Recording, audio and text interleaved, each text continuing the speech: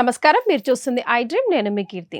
అమావాస్య సూర్యగ్రహణం ఎక్కడుంది, ఎప్పుడుంది, భారతదేశానికి వర్తిస్తుందా, వర్తించదా, ఏ దేశాలకుంది, ఎలాంటి నియమాలు ఇటు భారతదేశం వారు కానీ ఇతర దేశాల వారు కానీ పాటించాలి, ఈ వివరాలు తెలియజేయడానికి ప్రముఖ ఆస్ట్రాలజర్ బ్రహ్మశ్రీ నందిబట్ల శ్రీహరి శర్మ గురుగారు ఉన్నారు. నమస్తే గురుగారు.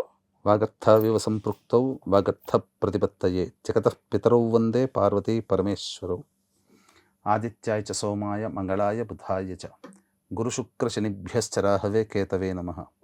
శృంగేరి జగద్గురు పీఠాధిపతులకి కంచి పీఠాధిపతులకి నమస్కారములు తెలియచేసుకుంటూ కార్యక్రమాన్ని ప్రారంభిద్దాం. గురుగారు, ఆగస్టు 12వ తారీఖు సంపూర్ణ సూర్యగ్రహణంతో పాటుగా అమావాస్య కూడా ఉంది కదా, భారతదేశానికి వర్తిస్తుందా గురుగారు ఈ గ్రహణం? ఈ యొక్క ఆగస్టు 12వ తారీఖు రోజున ఏర్పడేటువంటి గ్రహణం మన భారతదేశంలో కనిపించదు. కనిపించినటువంటి గ్రహణానికి ఆచారాలు, నియమాలు అంటే పట్టు విడుపు స్నానాలు, దేవాలయాలు మూసివేయడాలు, తదనంతరం ఇల్లు కడుక్కోవడాలు, దేవాలయాలను శుద్ధి చేసుకోవడాలు, భోజన పదార్థాలు తినకూడదు, గర్భవతులకు నియమాలు, పెద్దవాళ్ళకి, పిల్లలకి ఇటువంటివి ఏవీ మనకు వర్తించదు. ఎందుకనంటే ఇది విదేశాల్లో ఏర్పడుతుంది.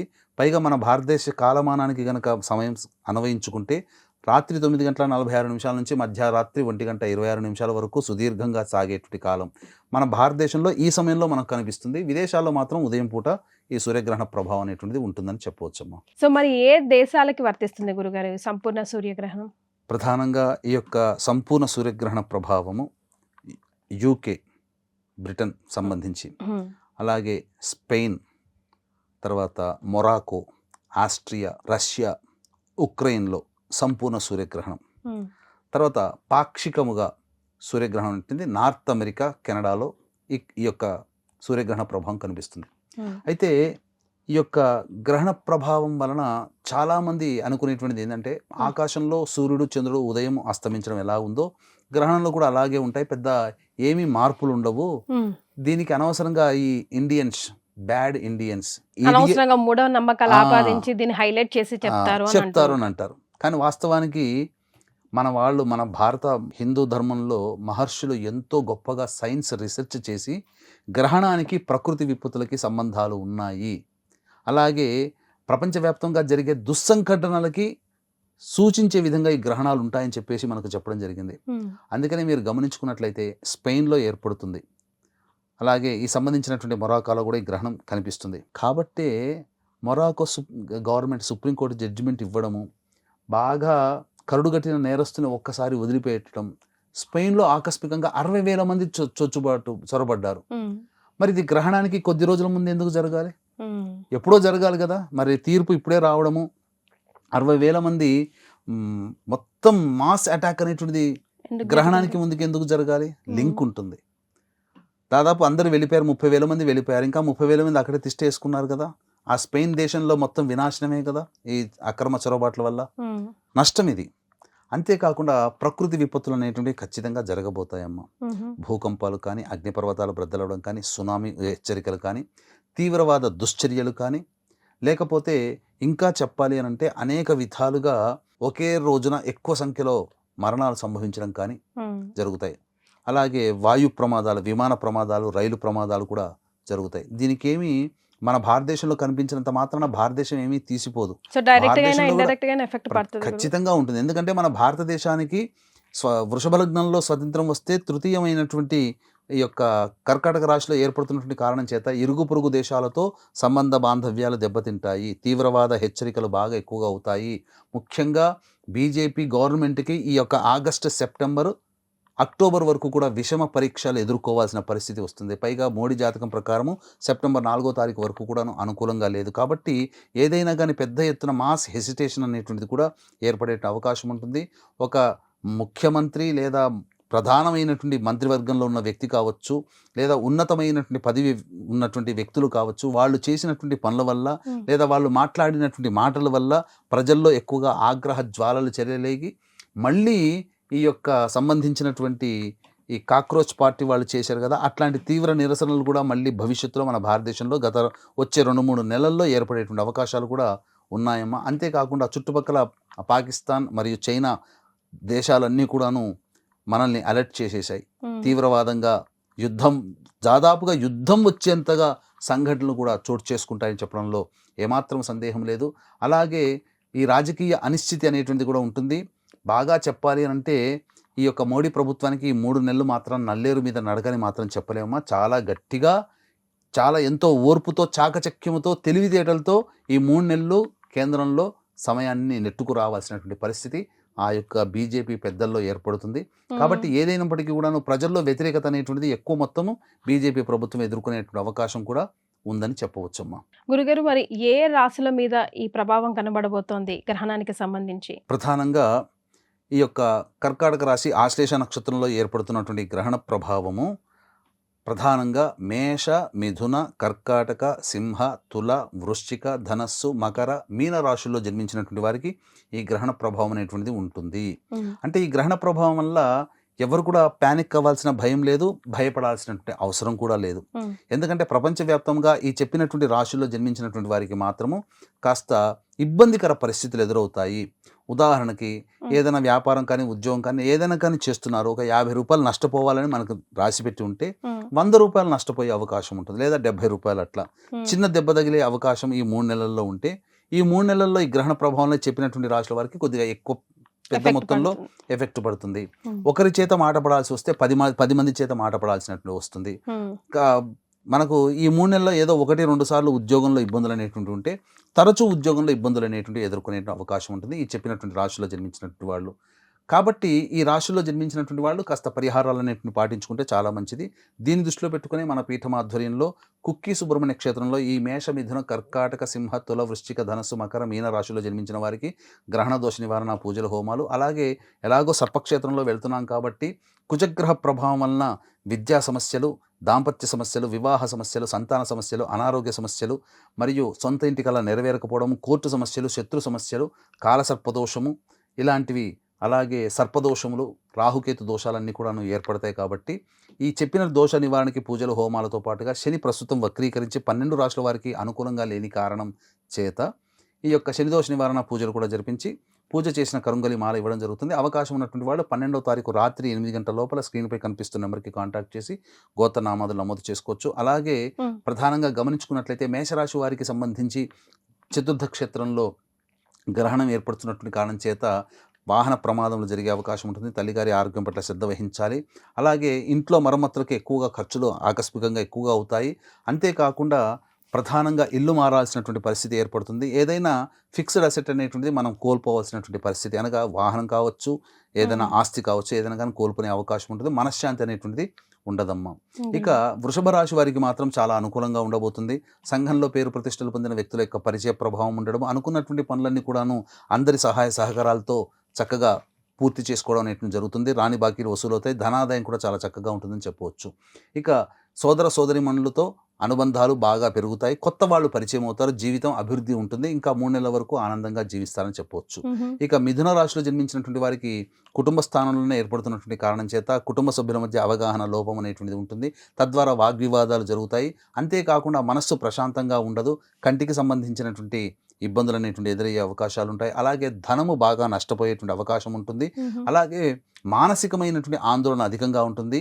ఇక్కడ ప్రధానంగా మనస్సు పరిపరి విధాలుగా బాధగా ఉండేటువంటి అవకాశం ఉంది. కాబట్టి జాగ్రత్తలు పాటించాలి. ఇక కర్కాటక రాశి విషయానికి వస్తే కర్కాటక రాశిలోనే ఏర్పడుతున్నట్టు ఈ కారణం చేత ఎదుటి వాళ్ళతో ఎవరితో మనం కలిసి పనిచేస్తున్నామో, భార్య కావచ్చు లేదా భాగస్వామి, వ్యాపార భాగస్వామి కావచ్చు, వాళ్ళతో సత్సంబంధాలుగా ఎక్కువగా ఉండాలి. ఎందుకంటే సమస్యలు పెరిగేటువంటి అవకాశం ఉంటుంది. అనవసరమైనటువంటి అపోహలతో బాంధవ్యాల్ని దూరం చేసుకోవాల్సినటువంటి పరిస్థితి ఏర్పడుతుంది. అంతేకాకుండా ప్రధానంగా ఎదుటి వాళ్ళ సహాయ సహకారాలు లేకపోవడము, ప్రతి పని ఆలస్యంగా ఉండడము, ఏ పని చేయాలన్న ఆసక్తి లేకపోవడం, ఇలాంటిది కర్కాటక రాశిలో జన్మించినటువంటి వారికి ఏర్పడబోతుంది. అలాగే సింహరాశిలో జన్మించినటువంటి వారికి ప్రధానంగా ఈ గ్రహణ ప్రభావం వలన అనవసరమైన ఖర్చులు ఎక్కువగా ఉంటాయి. సరిగ్గా నిద్ర పట్టకపోవడము, అకాలమైనటువంటి ప్రయాణాలు చేయాల్సినటువంటి రావడం, శత్రు సమస్యలు పెరగడము, చిన్నపాటి అనారోగ్య సమస్యలు రావడము, అలాగే అప్పులు చేయాల్సి రావడము, అప్పులు ఇచ్చిన వాళ్ళు తిరిగి డబ్బులు ఇవ్వలేకపోవడము, మనము చేయలేనటువంటి పనికి అపనిందలు పాలవడము సింహరాశి వారికి ఏర్పడే అవకాశం ఉంటుంది. ఇక కన్యా రాశి వారికి చూసుకున్నట్లయితే అన్ని విధాలుగా అనుకూలంగా ఉండేటువంటి సమయము. ఏ ప్రయత్నం చేసినా అన్ని విధాలుగా లాభదాయకంగా ఉంటుంది. వృత్తి, ఉద్యోగ, వ్యాపారాల్లో అభివృద్ధి అనేటువంటిది ఉంటుంది. మనస్సుతో అనగా తెలివితో, బుద్ధితో ఆలోచన చేసేటువంటి పనులన్నీ కూడాను సానుకూలంగా ఉంటాయి. స్టాక్స్‌లో పెట్టుబడి పెట్టిన, ఫైనాన్స్ రంగంలో ఉన్నటువంటి వాళ్ళకి అమితమైన లాభాలు కూడా వచ్చే అవకాశం ఉంది. మొత్తం మీద కన్యా రాశి వారికి చాలా అనుకూలంగా ఈ గ్రహణ ప్రభావం అనేటువంటిది ఉంటుందని చెప్పవచ్చు. ఇక తులా రాశి వారికి సంబంధించి చూసుకున్నట్లయితే ప్రధానంగా గృహంలో ప్రధానంగా మానసికమైనటువంటి అశాంతి ఉంటుంది. చేస్తున్న వృత్తి ఉద్యోగాల్లో, వ్యాపారాల్లో అనిశ్చితి నెలకొంటుంది. అనుకున్నటువంటి పనులు సకాలంలో పూర్తి కాలేకపోవడము, అలాగే పెద్దవాళ్ళ యొక్క సహాయ సహకారం లభించకపోవడము, కాస్త చేపట్టినటువంటి ప్రతి పని ఆటంకాలతో ముగుస్తుండడము, అలాగే మంచి పేరు సంపాదించుకున్నప్పటికీ గ్రహణ ప్రభావంలో కొన్నిసార్లు చెడ్డ పేరు తెచ్చుకోవాల్సినటువంటి పరిస్థితి మన ప్రమేయం లేకుండానే జరగడం అనేటువంటిది ఈ యొక్క తులారాశిలో జన్మించినటువంటి వారికి ఉంటుంది. అయితే కొంతమందికి జాతకరీత్యా కొంత మిగతా గ్రహాలు అనుకూలంగా ఉన్నటువంటి కారణం చేత ఈ తులారాశి వారికి చాలా మటుకు మంచి జరిగేటువంటి అవకాశం ఉంది. వాహన మార్పు, గృహ మార్పు కనబడుతుంది. ఇక వృశ్చిక రాశిలో జన్మించినటువంటి వారికి ప్రధానంగా గమనించుకున్నట్లయితే విదేశీయానం, విదేశీ విద్యకు సంబంధించి చేయు ప్రయత్నాల్లో ఆటంకాలు అనేటువంటివి ఉంటాయి. ఇతరుల సహాయ సహకారాలు లభించకపోవడం, కాస్త ఇబ్బందిగా ఉండడము, సోదర సోదరీమణులతో విభేదాలు రావడము, అలాగే ప్రధానంగా ఎవరైతే మనకు సహాయ సహకారాలు అందిస్తారో వాళ్ళు దూరంగా ఉండడం అనేటువంటిది జరగడం, అలాగే తండ్రి గారి ఆరోగ్యం పట్ల శ్రద్ధ వహించాల్సినటువంటి పరిస్థితి రావడం, చేస్తున్నటువంటి పని మరలా చేయడం వల్ల ఇబ్బందులు జరగడము, అలాగే దేవతానుగ్రహం సంపాదించుకోలేకపోవడం ఇలాంటివి జరుగుతాయి. తద్వారా ఇబ్బందికర పరిస్థితులు అనేటివి ఉంటాయి. ఇక ధనుస్సు రాశిలో జన్మించినటువంటి వారికి అనారోగ్య సమస్యలు కాస్త వచ్చే అవకాశం ఉంటుంది. అంతేకాకుండా ప్రధానంగా పెద్దల యొక్క ఆగ్రహానికి గురయ్యేటువంటి అవకాశం ఉంటుంది. ఎవరికి చెప్పుకోలేకుండా ఎలోన్గా ఉండాల్సినటువంటి పరిస్థితి. అంతేకాకుండా ధన నష్టం జరుగుతుంది. కుటుంబంలో ప్రశాంతత ఉండదు. కుటుంబ సభ్యులతో వాగ్వివాదాలు జరిగేటువంటి అవకాశం గోచరమవుతుంది. ముఖ్యంగా మనస్సు ప్రశాంతంగా ఉండదని చెప్పవచ్చు. ఇక మకర రాశిలో జన్మించినటువంటి వారికి జీవిత భాగస్వామి లేదా వ్యాపార భాగస్వామితో కొంత ఇబ్బందికర పరిస్థితులు ఎదురయ్యేటువంటి అవకాశం గోచరమవుతుంది. మనస్సు ప్రశాంతంగా ఉండదు. అలాగే చేపట్టినటువంటి పనులన్నీ కూడాను ఆలస్యంగా ముగుస్తుంటాయి. బద్ధకముతో ఏ పనులు పూర్తి చేయలేకపోతారు. ప్రతిదీ పోస్ట్పోన్ చేసుకునేటువంటి అవకాశం ఉంటుంది. అలాగే ఎవరైనా కానీ అంది వచ్చినటువంటి అవకాశాన్ని వినియోగించుకోలేక ఈ మకర రాశి వాళ్ళు ఇబ్బంది పడతారని చెప్పవచ్చు. ఇక కుంభరాశిలో జన్మించినటువంటి వారికి అయితే ప్రధానంగా గమనించుకున్నట్లయితే చక్కటి అవకాశాలు అనేటువంటివి ఉంటాయి. శత్రుజయం ఉంటుంది. కోర్టు సమస్యలు, వివాదాల్లో అపజయం కాకుండా విజయాన్ని పొందుతారు వీళ్ళు కుంభరాశిలో జన్మించినటువంటి వాళ్ళు. అంతేకాకుండా విదేశీయానం, విదేశీ విద్యకు సంబంధించి చేసే ప్రయత్నాలన్నీ కూడా కొలిక్కి వస్తాయి. రాని బాకీలు వసూలు అవుతాయి. అన్ని విధాలుగా బాగుంటుంది. శయ్యా సౌఖ్యం అనేటువంటిది కలుగుతుందని చెప్పవచ్చు. ఇక మీనరాశిలో జన్మించినటువంటి వారికి ప్రధానంగా నష్టపోయినాక వారు తలిచింది ఒకటైతే జరిగేది ఇంకొకటిగా ఉంటుంది. స్టాక్స్లలో, ఫైనాన్స్ రంగంలో ఉన్నటువంటి వాళ్ళకి ఏమాత్రం అనుకూలంగా కాదు. అలాగే లాభాన్ని ఆశించి చేసే ప్రతి ప్రయత్నం కూడాను నష్టాన్ని చేకూరుస్తుంది. ముఖ్యంగా జ్యేష్ఠ సోదరుడు, మేనమామతో సంబంధ బాంధవ్యాలు చెడిపోతాయి. తద్వారా ఇబ్బందికర పరిస్థితులు అనేటువంటివి ఉంటాయి. సంతానం మూలకంగా విభేదాల సమస్యలు, ఖర్చులు అనేటువంటివి ఉంటాయని చెప్పొచ్చు. తర్వాత చెప్పుకొచ్చేది ఏంటంటే మేష, మిథున, కర్కాటక, సింహ, తుల, వృశ్చిక, ధనస్సు, మకర, మీన రాశిలో వాళ్ళకి కాస్త ఇబ్బందికర పరిస్థితులు. ఇట్లా అని చెప్పేసి ఇబ్బంది అని చెప్పి భయపడకుండా ఏదైనప్పటికీ కూడాను చిన్నగా సమస్య కొద్దిగా పెద్దగా కనిపిస్తుంది, పెద్దగా అవుతుంది. అంతే తప్ప కొద్ది నష్టము పెద్ద నష్టం అవుతుంది తప్ప జీవితం పెనంలోంచి పొయ్యిలో పడ్డట్టుగా, తలకిందులు అయిపోయేటట్టుగా, ఇక జీవితంలో ధనికుడు బీదవాడిగా అయిపోయేటట్టుగా ఏమీ ఉండదండి. ఈ 2-3 నెలల వరకు కూడా ఆగస్టు 12వ తారీఖు నాడు ఏర్పడుతుంది కాబట్టి సెప్టెంబర్, అక్టోబర్, నవంబర్ వరకు కాస్త ప్రయత్నాల్లో ఆటంకాలు ఉంటాయి కాబట్టి దైవానుగ్రహాన్ని పొందే ప్రయత్నం ఖచ్చితంగా ఈ చెప్పినటువంటి రాశుల్లో జన్మించినటువంటి వారు ఖచ్చితంగా పొందక తప్పదు. కాబట్టి దీన్ని దృష్టిలో పెట్టుకొని ప్రధానంగా ఈ యొక్క ప్రేక్షకులందరూ కూడా ఈ యొక్క గ్రహణ సందర్భంగా దోషం ఉన్నది కాబట్టి అవకాశం గనక ఉంటే పోయేదేమీ లేదు, పెద్ద ఖర్చు అయ్యేటువంటిది ఏమీ లేదు. దగ్గరలోని శివాలయానికి 13వ తారీఖు రోజున చేరుకొని, ఎట్లాగో శ్రావణ మాసం ప్రారంభమవుతుంది, గురువారం కూడా విశేషంగా ఈశ్వరుడే గురుస్వరూపంలో ఉన్నాడు కాబట్టి శివాలయానికి చేరుకొని శివునికి అభిషేకము జరిపించి తదనంతరం అక్కడ బ్రాహ్మణుడికి గోధుమలు, అలాగే మినుములు, ఇవన్నీ కూడాను దానం చేయవచ్చమ్మా. అలాగే బియ్యము కూడా దానం చేయవచ్చు, ఇబ్బంది లేదు. ఇవన్నీ కూడా చేసుకుంటే చాలా మంచిదని చెప్పవచ్చమ్మా. రైట్ గురుగారు, ఎలాగో ద్వాదశ రాశుల వారి కోసం గ్రహణానికి సంబంధించి ఇటు గోకర్ణంలో కానీ అటు కుక్కే సుబ్రహ్మణ్య స్వామి క్షేత్రంలో కానీ మీరు ఎలాగో పూజలు నిర్వహిస్తున్నారు, అలా కాకుండా కూడా పర్సనల్గా కూడా శివాలయంలో దాన ధర్మాలు చేయండి, పూజలు అభిషేకాలు చేయండి అని మీరు ఎలాగో చెప్తున్నారు. ఇటు అమావాస్యకి సంబంధించి మరి ఏం చేయాలి గురుగారు? ఆషాఢ అమావాస్య కదా ఇది, మరి అమావాస్యకి సంబంధించి ప్రత్యేకమైన నియమాలు ఏమైనా పాటించాలి అని అంటారా? అమావాస్యకి నియమాలు అంటే ప్రధానంగా శ్రావణ మాసం ఎట్లాగో తెల్లారి ప్రారంభమవుతుంది కాబట్టి ఆ సంబంధించినటువంటి ఈ యొక్క వస్తువులు, దీపారాధన కుదురు కానివ్వండి, వస్తువులు, ఈ ఇత్తడి వస్తువులని కూడా శుభ్రపరచుకోవచ్చు. చిత్రపటాలు చక్కగా శుభ్రం చేసుకోవచ్చు. అలాగే ఈ అమావాస్య రోజున పుష్యమి నక్షత్రం ఉదయం 8 గంటల 2 నిమిషాల వరకు మాత్రమే ఉంటుంది కాబట్టి తండ్రి లేనటువంటి వాళ్ళు పితృదేవత అనుగ్రహ ప్రాప్తి కోసమై ఉదయం 8 గంటల లోపల బ్రాహ్మణుని పిలిపించి తర్పణాలు వదిలి బ్రాహ్మణుడికి స్వయంపగదానం వస్త్రదానం చేసి మధ్యాహ్న సమయంలో అనాథాశ్రమంలో కానీ వృద్ధాశ్రమంలో కానీ ఈ యొక్క సంబంధించినటువంటి భోజనాది కార్యక్రమాలు అన్నదాన కార్యక్రమాలు చేస్తే చాలా మంచిదని చెప్పవచ్చు. గురుగారు, ఇప్పుడు అమెరికాలో కెనడాలో మన తెలుగు వాళ్ళు చాలా ఎక్కువగా ఉంటారు కాబట్టి ప్రత్యేకంగా ఏ స్టేట్స్లో వస్తుంది అటువైపు మనం ఏమైనా చెప్పగలిగితే వాళ్ళు ప్రిపేర్డ్గా ఉంటారు కదా? ప్రధానంగా మన తెలుగు వాళ్ళందరూ కూడా నార్త్ అమెరికాలో ఎక్కువగా ఉన్నారమ్మా. కెనడాలో కూడా చాలా ఎక్కువగా ఉన్నారు. చాలా మందికి కన్ఫ్యూజన్ అంటే ఏ ఏ ప్రాంతాల్లో ఈ సంబంధించినటువంటి గ్రహణం ఉంటుందో తెలియక చాలా ఇబ్బంది పడుతున్నారు. ఇప్పుడు నేను కొన్ని నగరాలు సిటీస్లో ఏ సిటీస్లో కనబడుతుంది పాక్షిక గ్రహణమేనమ్మా, సంపూర్ణంగా కనబడదు, అయినా గ్రహణ ప్రభావం ఉంటుంది. పాక్షిక సూర్యగ్రహణం కూడా గ్రహణం కిందే లెక్క. నియమాలు ఖచ్చితంగా పట్టు స్నానాలు అవన్నీ చేయాల్సిందే. కాబట్టి ఇప్పుడు చెప్పబోయేటువంటి సిటీస్లో ఉన్నటువంటి వాళ్ళు, వీక్షించేటువంటి ప్రేక్షకుల్లో యుఎస్లో ఉన్నటువంటి వాళ్ళు ఎవరైతే ఉంటారో వాళ్ళు పట్టు విడుపు సమయాలు ఆ యొక్క సమయంలో మీరు చక్కగా ఆచరించండి. తదనంతరం ఇప్పుడు సిటీస్ చదువుతాను, చక్కగా జాగ్రత్తగా వినండి.